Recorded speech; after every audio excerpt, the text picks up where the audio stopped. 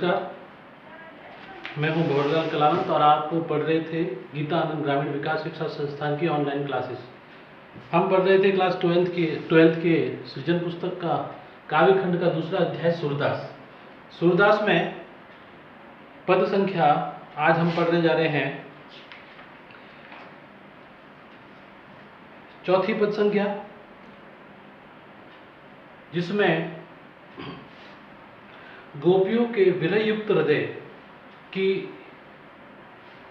व्यथा को प्रस्तुत किया है यहाँ पर सूरदास ने, और साथ ही यह भक्ति काल के महान कवि सूरदास की कृति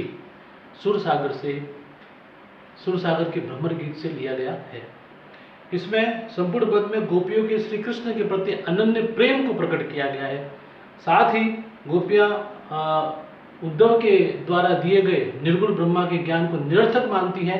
और उद्धव को अपने कृष्ण के प्रति श्रेष्ठ प्रेम को प्रदर्शित करने के लिए तरह तरह के उन्हें उदाहरण देती है,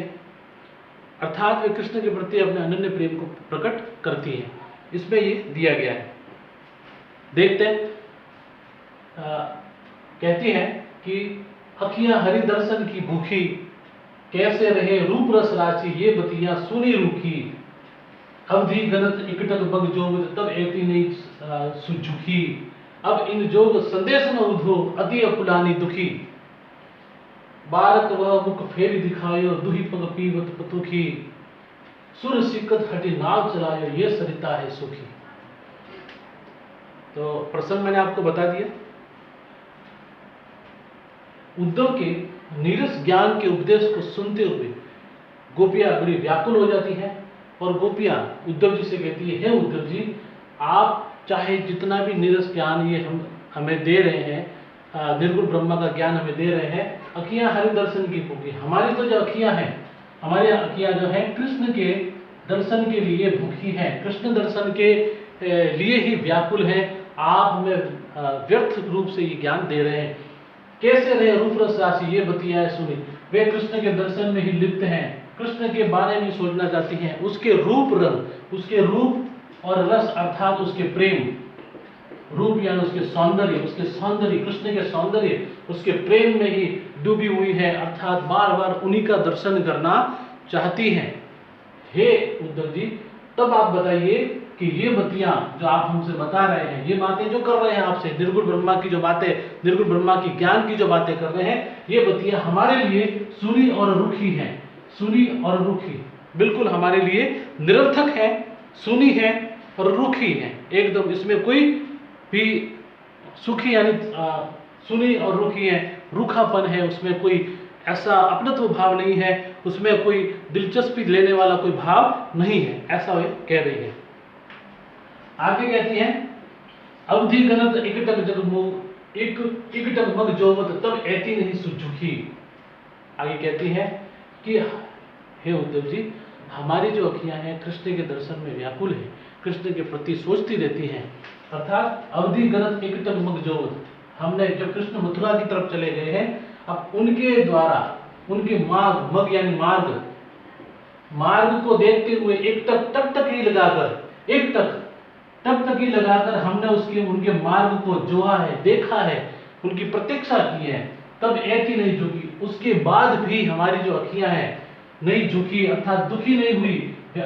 क्षुब्ध नहीं हुई, दुखी नहीं हुई, अर्थात संतप्त नहीं हुई। लेकिन हे उद्धव जी, अब इन योग संदेश न उधो अति अकुलानी दुखी, लेकिन आपके द्वारा दिया गया जो ये योग संदेश है, निर्गुण ब्रह्मा के ज्ञान का ये योग संदेश है जो आप हमें देना चाह रहे हो, इस संदेश को सुनकर हमारी जो अखियां हैं अति अकुलानी, बड़ी व्याकुल हुई है, बड़ी दुखी हुई है, अर्थात ये निरर्थक ज्ञान हमारे लिए श्रेयस्कर नहीं है। आगे कहती है, हे उद्धव जी, यदि आप हमें दर्शन ही कराना चाहते हैं तो एक बार बारक वह मुख फेर दिखायो दुही पग पीवत पतुखी, यानी हे कह रही है कि हे उद्धव जी, यदि आप हम दर्शन कराना चाहते हैं तो एक बार बारक वह, एक बार पुनः मुख फेरी दिखायो, पुनः फेरी यानी पुनः वापस फेरी दिखायो दुही पीवत पतुखी, दुही यानी दुही, दुह यानी दुहकर, दूह कर, यानी दूध को जो दोया जाता है गाय के लिए वह दूहना, दूह ये क्रिया है। दूह कर पय, पय यानी दूध, पीवत पीती हैं, पीते हुए, पथुकी पत्ते के दोनों में, पत्ते के दोनों में, यानी जो पत्ते वृक्ष के पत्ते से जो कटोरी बनाई जाती है उसको दोना कहा जाता है। उसमें अर्थात हे कृष्ण, हे उद्धव जी, एक बार हमें वह मुख दिखा दीजिए, कृष्ण का उस मुख का दर्शन करा दीजिए जो वे गाय को दूहकर दूध को उस पत्तों के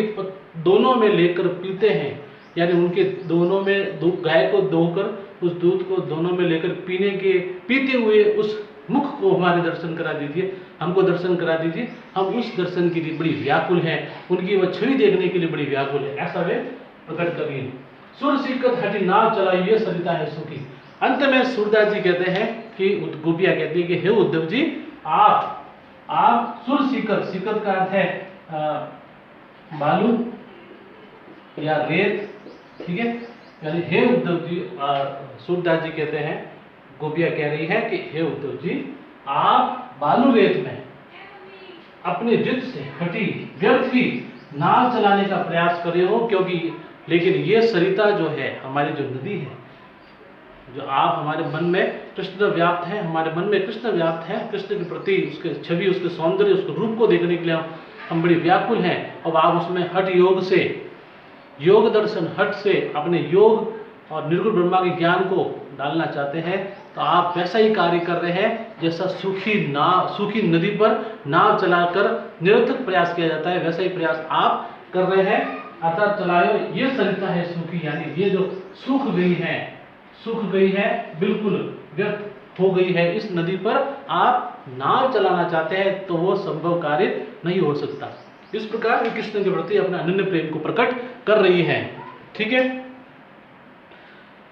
अब